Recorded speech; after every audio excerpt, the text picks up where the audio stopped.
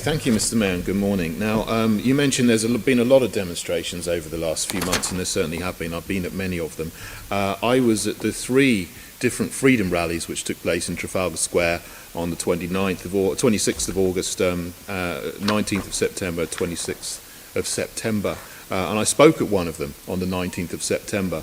But I was quite shocked, particularly by the behaviour of the TSG riot police on the 26th of September, because the demonstration was absolutely, completely peaceful, unlike some of the Black Lives Matter demonstrations where police were attacked, a woman was thrown off her horse, flares were lit, and the flag at the cenotaph was burned. That happened at the BLM demonstrations. But on the 26th of September, columns of riot police waded into the crowds, batons drawn, people were injured, people's faces were bloodied, a woman was pushed off her chair.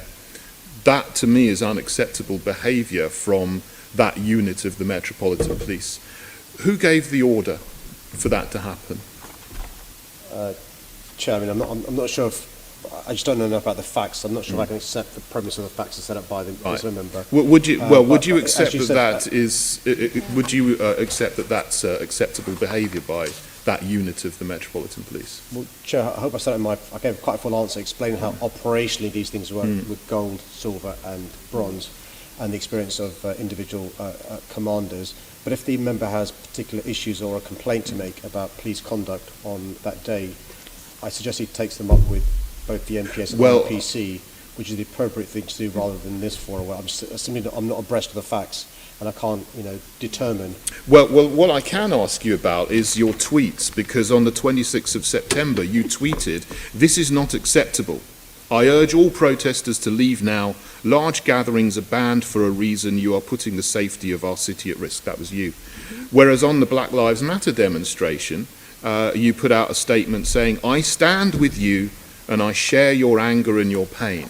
Now, they're completely different messages you put out about the Black Lives Matter one, which actually, there was a lot of violence. You seemed to support it, but the other one, the entirely peaceful demonstration at the Freedom Rally, you said it's not acceptable. So why did you put out the different statements there? Well, I think, Chair, the member's in danger of not telling the entire picture, which is since the 20th of August, which is the post the BLM demonstration has been talked about, national legislation has changed, which has meant gatherings of more than 30 people have been banned, save for specific circumstances. And he also omits to mention that on the 26th of September, 9 police officers were injured at that demonstration. So it's really important to tell the complete picture rather than cherry-picking some of them. Sorry, Mr. Mayor. I mean, those 9 police officers wouldn't have been injured if they hadn't have waded into the crowd. But you mentioned the 20th of August.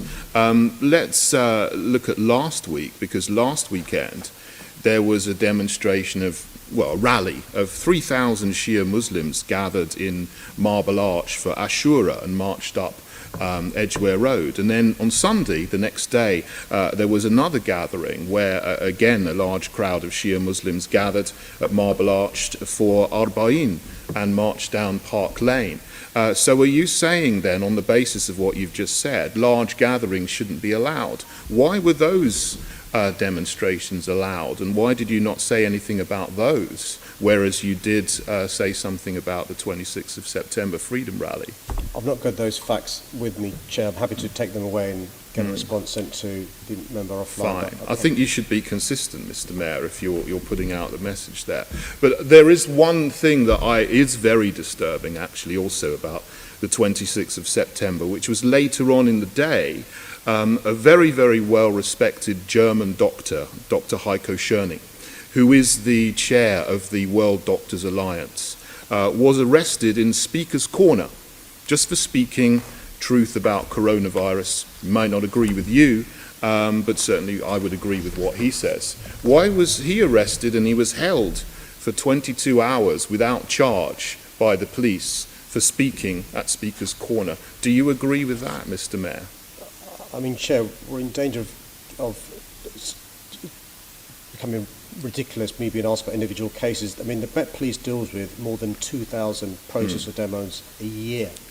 I think in 2018, 2,479, in 2019, 2,491, Up to now, we've got more than 1,500.